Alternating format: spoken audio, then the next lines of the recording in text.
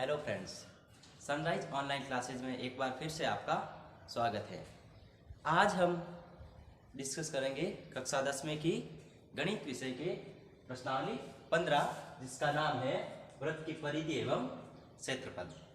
प्रश्नावली प्रारंभ करने से पहले हम कुछ जो बेसिक शब्दावली है प्रश्नावली के अंदर उसके बारे में डिस्कस करेंगे। उसके पश्चात इनके सूत्रों के बारे में और उसके बाद क्वेश्चन के बारे में डिस्कस करेंगे। तो जो शब्दावली आपके सामने लिखे हुए वृत्त, वृत्त की परिधि, क्षेत्रफल, सकेंद्रीय वृत्त, चाप, त्रिज्याखंड और वृत्तखंड, इनके बारे में हम डिस्कस करेंगे। तो सबसे पहला है वृत्त। वृत्त किसे कहते हैं? तो वृत्त बिंदुओं का ऐसा पथ जो किसी स्थिर बिंदु से समान दूरी पर हो। जैसे मान लेते हैं ये कोई एक स्थिर बिंदु है, इससे मान लेते ये बिंदु एक दूरी पर है, इसी प्रकार ये भी एक दूरी पर है, ये दूरी ये वाली समान होनी चाहिए। इसी प्रकार ये एक ऐसा पथ बनेगा जो इस स्थिर बिंदु से समान, ये सारी दूरियां समान होगी, ये वाला। तो ये जो पथ बना है ये वाला बिंदुओं का ऐसा पथ, यानी ये पथ ये छोटे से बिंदु है जो किसी स्थिर बिंदु जिसे वृत्त का केंद्र कहते हैं से समान दूरी पर है, उसे वृत्त कहते हैं। तो जो स्थिर बिंदु है इसे वृत्त का केंद्र कहते हैं, और जो समान दूरी या स्थिर दूरी है ये वाली, ये सारी दूरियां समान होती हैं, इसे वृत्त की त्रिज्या कहते हैं। और वृत्त की परिधि पर कोई भी दो पॉइंट है उनको यदि हम मिलाएंगे, जैसे ये पॉइंट थे, इनको मिलाने पर जो रेखाखंड प्राप्त होगा वो वृत्त की जीवा कहलाती है। जैसे ये भी हो सकता है, जैसे ये एक पॉइंट है और ये भी एक पॉइंट है, इन दोनों को मिलाएंगे ये एक रेखाखंड है, इसे वृत्त की जीवा कहते हैं। इसी प्रकार ये भी हो सकता है, ये भी वृत्त की परिधि पर एक बिंदु है और ये भी एक बिंदु है, इसे भी वृत्त की जीवा कहते हैं। तो सबसे पहले डेफिनेशन वृत्त की, तो ओनली वृत्त क्या होता है? बिंदुओं का ऐसा पथ जो किसी स्थिर बिंदु से समान दूरी पर हो, वृत्त कहलाता है। अब हम बात करते हैं वृत्त की परिधि। तो परिधि जो वृत्त होता है, जैसे कि ये वृत्त है, वृत्त की जो ये बाउंड्री है ये वाली, इसको कहते हैं वृत्त की परिधि।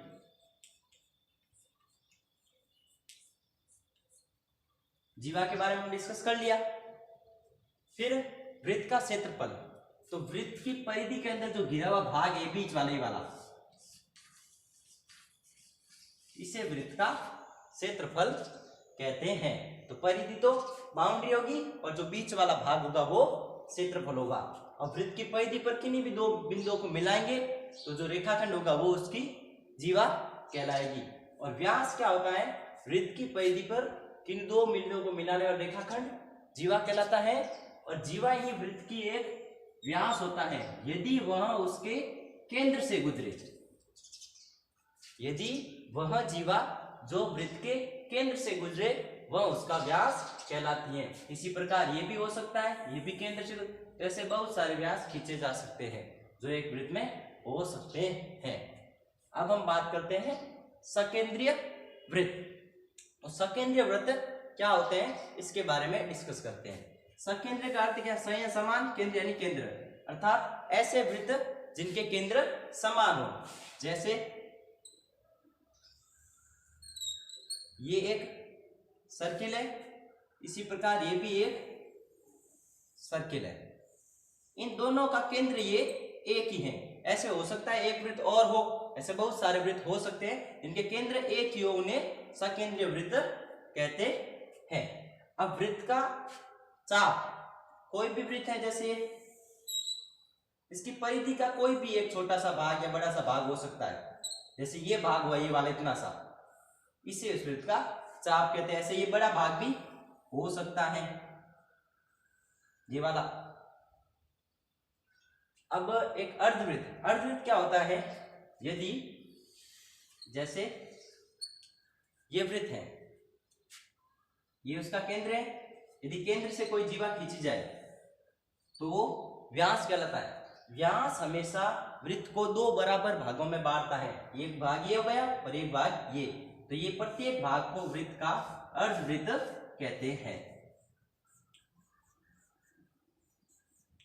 अर्धवृत्त कहते हैं। तो ये अर्धवृत्त के बारे में डिस्कस हो गया। अब हम बात करते हैं त्रिज्यीय खंड और वृत्तखंड के बारे में।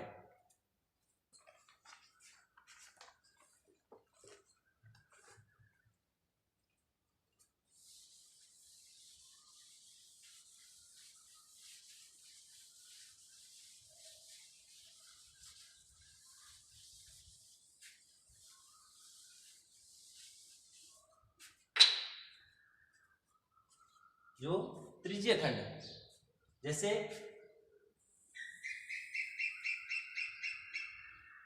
ये कोई वृत्त है, ये इसका केंद्र है। त्रिज्यीय खंड की डेफिनेशन क्या होती है? यदि कोई दो त्रिज्या है, जैसे ये एक त्रिज्या हो गई और ये त्रिज्या हो गई और एक चाप, तो ये वाला जो चाप है, दो त्रिज्याओं और एक चाप से मिलकर बना वृत्त का कोई भाग उसका त्रिज्यीय खंड कहलाता है। तो ये हो गया एक त्रिज्यीय खंड, ये वाला त्रिज्यीय खंड होगा। तो इस वाला जो ये छोटा वाला है तो इसे बोलेंगे लघु त्रिज्यीय खंड, और जो ये बड़ा वाला है ये वाला, इसे बोलेंगे दीर्घ त्रिज्यीय खंड। तो त्रिज्यीय खंड क्या होता है? किसी वृत्त की दो त्रिज्याओं और एक चाप से मिलकर बना भाग वृत्त का त्रिज्यीय खंड कहलाता है। इसके दो प्रकार होते हैं, एक लघु और एक दीर्घ त्रिज्यीय खंड। तो लघु जो छोटा होगा वो लघु होगा और जो दीर्घ होगा वो बड़ा होगा। अब हम बात करते हैं वृत्तखंड के बारे में। तो वृत्तखंड क्या होता है? जैसे ये कोई सर्किल है, ये उसका केंद्र है। वृत्तखंड की डेफिनेशन क्या है? वृत्त की कोई एक जीवा, जैसे वृत्त की परिधि पर ये कोई दो पॉइंट है, इनको मिलाने वाला रेखाखंड ये जीवा है। वृत्त की कोई एक जीवा और एक चाप से मिलकर बना भाग वृत्तखंड कहलाता है। जैसे ये जीवा हो गई और ये चाप, इनसे मिलकर बना ये वाला भाग एक वृत्तखंड कहलाता है। अब ये छोटा भाग है तो इसे लघु बोलेंगे वृत्तखंड, और ये जो बड़ा वाला भाग है इसे बोलेंगे दीर्घ वृत्तखंड। अब हम बात करेंगे इनके सूत्रों के बारे में।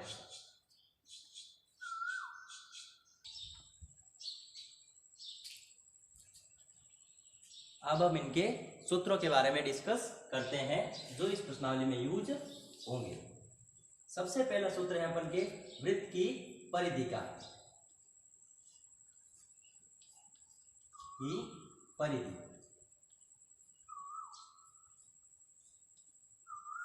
जो कि है 2 पाई r। दो कांस्टेंट है, पाई का मान फिक्स है 22/7 या 3.14 और r उसकी त्रिज्या। फिर वृत्त का क्षेत्रफल,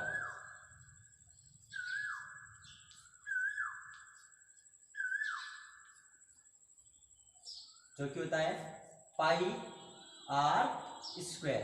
पाई का मान फिक्स है और r स्क्वायर यानी r त्रिज्या हो जाएगी उसकी। फिर बात करते हैं चक्रों की संख्या।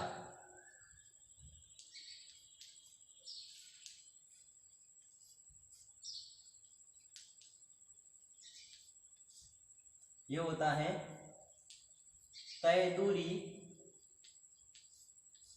बट्टे परिधि। ये सीधे सूत्र काम में लेंगे। जो कोई भी साइकिल हो सकती है, मोटरसाइकिल हो सकती है, उसके द्वारा जो तय दूरी होगी और जो उसकी परिधि होगी उसमें भाग देंगे तो चक्रों की संख्या मिलेगी। फिर होती है सकेंद्रीय वृत्त का क्षेत्रफल,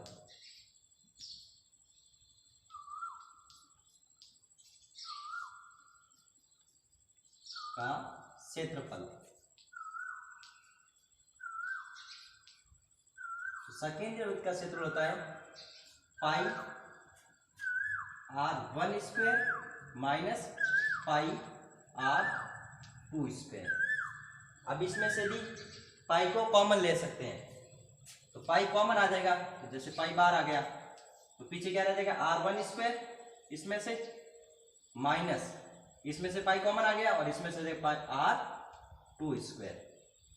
अब एक शर्त में होती है ए स्क्वायर माइनस बी स्क्वायर, जो कि होता है ए प्लस बी ए माइनस बी, तो ये सूत्र बन जाएगा पाई का, तो पाई ए स्क्वायर माइनस बी स्क्वायर क्या था ए प्लस बी ए माइनस बी, अर्थात r1 plus r2 कोष्टक r1 minus r2। तो सकेंद्रीय वृत्त का इनमें से कोई भी सूत्र हम प्रयोग ले सकते हैं। अब हम बात करते हैं जो चाप की लंबाई का सूत्र।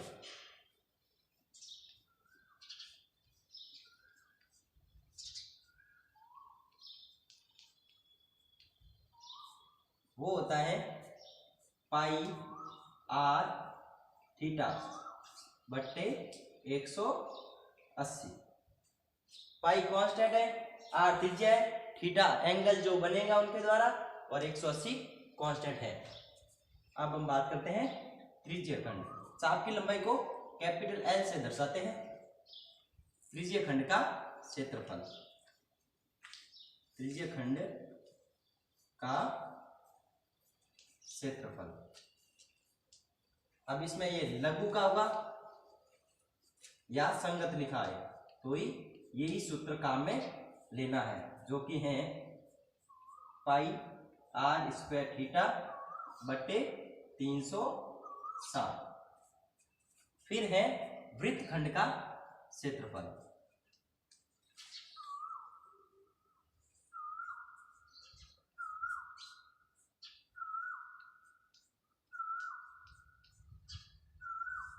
जो कि होता है ये सेमी त्रिज्यीय खंड का जो क्षेत्रफल है, इतना तो ये काम लेना ही है, पाई r स्क्वायर थीटा बट्टे 360 माइनस करना है r स्क्वायर बट्टे 2 साइन थीटा। तो ये सूत्र है जो हमारी इस प्रश्नावली में काम आएंगे। अब एक बार इन सूत्रों को समझते हैं। जैसे वृत्त की परिधि क्या है 2 पाई r, 2 कांस्टेंट है, पाई कांस्टेंट है, इसका मान फिक्स होगा या तो 22/7 या 3.14 जो प्रश्न में दिया होगा। r उसकी त्रिज्या है, इसमें भी पाई r स्क्वायर, तो इसमें भी r ही चाहिए अपन को, अर्थात परिधि और क्षेत्रफल ज्ञात करने के लिए हमको केवल ओनली उसकी त्रिज्या पता होनी चाहिए। चक्रों की संख्या है, तय दूरी बटा परिधि, परिधि का सीधा सूत्र काम में लेंगे। और सकेंद्रीय वृत्त का जो क्षेत्रफल है पाई r1 स्क्वायर, पाई r1 है स्क्वायर वाला है जो बड़े वृत्त का क्षेत्रफल है, माइनस पाई r2 स्क्वायर जो छोटे वृत्त का क्षेत्रफल है। जैसे ये वाला वृत्त है और एक ये वाला वृत्त है, तो दोनों का केंद्र एक ही है। जैसे ये वाली जो r2 है वो छोटे वृत्त की त्रिज्या होगी और r1 है वो बड़े वृत्त की त्रिज्या होगी। तो बड़े वाले के जो क्षेत्रफल निकालेंगे पहले पाई r1 स्क्वायर, माइनस कर देंगे जो छोटे वाला क्षेत्रफल है, तो बीच में ये वाला भाग रह जाएगा अपन के पास। ये बड़े का पूरे का ज्ञात कर लिया, फिर उसमें से इसको निकाल देती है सकेंद्रीय वृत्त का जो परिवृत्त क्षेत्रफल है वो मिल जाएगा। फिर है चाप की लंबाई, जो कि होता है L पाई r थीटा बटे 180। पाई कांस्टेंट है, r वृत्त की त्रिज्या है और थीटा उनके द्वारा बने गए कोण है और 180 कांस्टेंट है। फिर अपन के त्रिज्यीय खंड का क्षेत्रफल। अब लघु का बोले या संगत बोले तो हमें यही सूत्र काम में लेना है, पाई r स्क्वायर थीटा बटे 360। पाई कांस्टेंट है, r त्रिज्या है और थीटा कोण है, तो दो ही चीजें चाहिए, एक तो त्रिज्या और एक कोण। फिर यदि दीर्घ का ज्ञात करना है तो दीर्घ का ज्ञात करने के लिए हमें उसको वृत्त का जो क्षेत्रफल है पाई r स्क्वायर उसमें से घटाना पड़ेगा। फिर इसी प्रकार वृत्त खंड का क्षेत्रफल है, जो त्रिज्यीय खंड का क्षेत्रफल है वो तो है ही है पाई r स्क्वायर थीटा बटे 360, माइनस करना है r स्क्वायर बटे 2 साइन थीटा। इसको इसमें भी r और थीटा ही चाहिए, लेकिन यहाँ पे एक साइन थीटा है उसका मान अपन को रखना पड़ेगा। एक दो यहाँ पे एक त्रिज्यीय खंड का दूसरा सूत्र भी है, जो कि है L r बटे 2। L जो कि है इसके चाप की लंबाई और r त्रिज्या। यदि हमें चाप की लंबाई दी हुई है प्रश्न में तो ये छोटा वाला सूत्र काम में लेंगे L r बटे 2। अब हम दो पॉइंट है जो अपन को याद रखने हैं, उनको ध्यान रखना।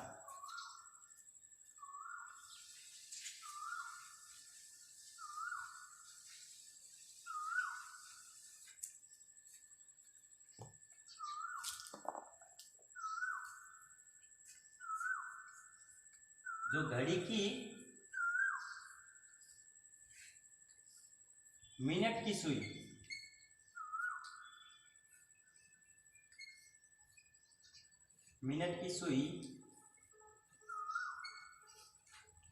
एक मिनट में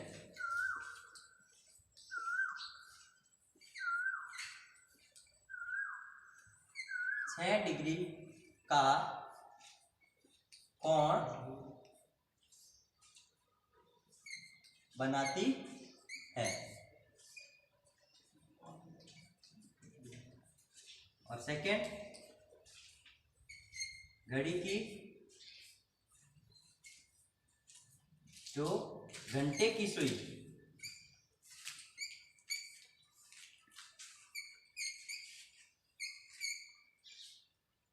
एक मिनट में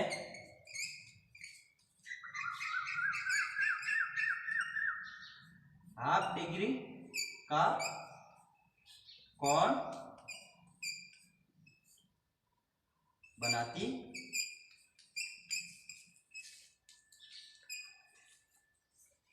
तो प्रश्नावली का बेसिक इंट्रोडक्शन यही था। नेक्स्ट वीडियो में हम प्रश्नावली के बारे में डिस्कस करेंगे। Thank you.